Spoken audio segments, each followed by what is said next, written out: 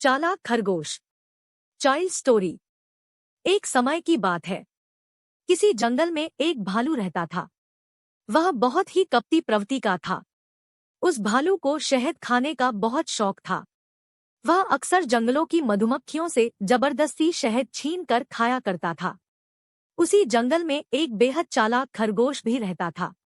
एक दिन भालू जंगल में से मधुमक्खियों से शहद छीन कर ला रहा था।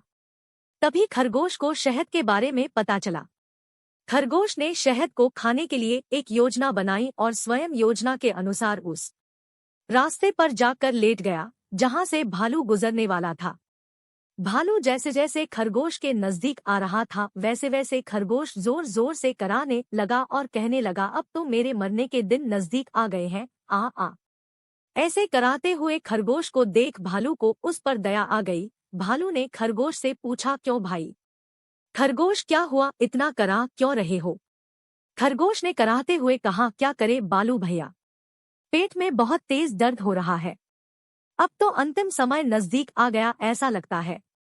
खरगोश ने और तेज कराते हुए भालू से कहा, क्या भालू भैया, आप मुझे अपनी पीठ पर बिठाकर मेरी गुफा तक छोड़ सकते हैं?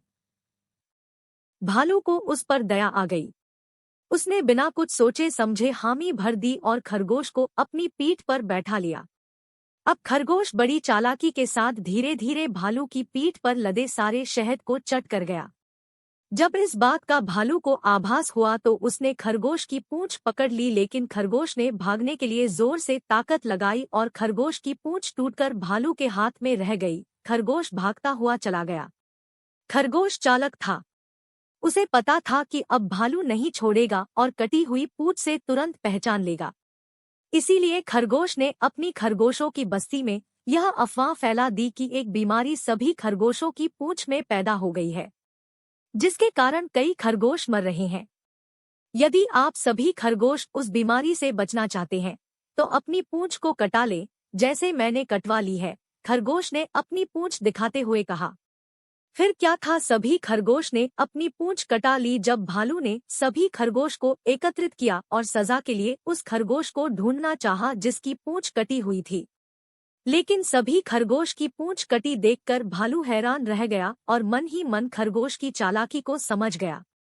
अब भालू चालाक खरगोश को पहचानने में असमर्थ था और चुपचाप अपनी राह चलता बना। इस कहानी से हमें शिक्षा मिलती है, बुद्धि के प्रयोग से सभी मुसीबतों का हल आसानी से निकाला जा सकता है।